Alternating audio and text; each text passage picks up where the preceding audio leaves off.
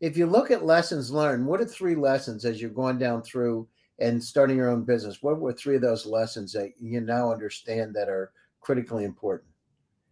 Well, I think the first one that I always say is focus.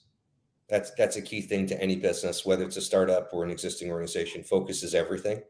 Lots of things come at you. There are a lot of things that can distract you. You really need to know essentially where the time needs to be spent and why, what the model is that you're pursuing, and really stay on track from that perspective. Don't get sidetracked, and don't sweat the little things when you're doing, because they're all going to hit you. They're all going to come. So focus is number one, top of the list for me.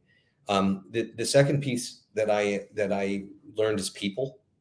People are everything in the business. Even when you're a startup and you're small, you don't have the resources. And so that's why the first part becomes so important, because so many things come at you. You really got to concentrate on the stuff that matters for what you're trying to accomplish, and bringing around you really great people that can help elevate the way you think, the way you react, that can serve as a resource is essential. You're never going to have all the answers. Oh, the way you elevate the way you think and act. What do you mean by that?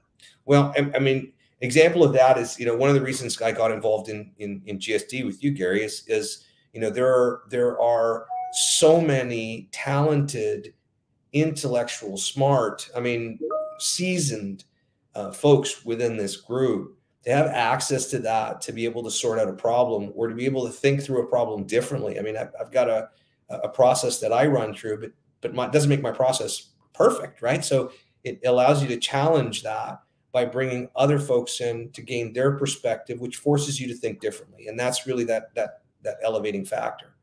Yeah, that's the one thing is, we talk about the Ferrari in the garage. Sometimes people have these beautiful Ferraris and they never get them out, and they wonder why their companies never take off. In reality, they hit it. They just don't have the exposure to the market. And, it's kind of like, America's Got Talent, right? You got these talented folks that are, singing in a phone store. The guy was a opera guy and, works in a phone shop, and, nobody would ever discover them. And part of it is discovering it and then curate it and helping it. It's, because there's guys just like yourself, Frank, that have amazing backgrounds and have an incredible company that can impact society, and they never get a chance to show it. So it's, hats off to you. It's amazing.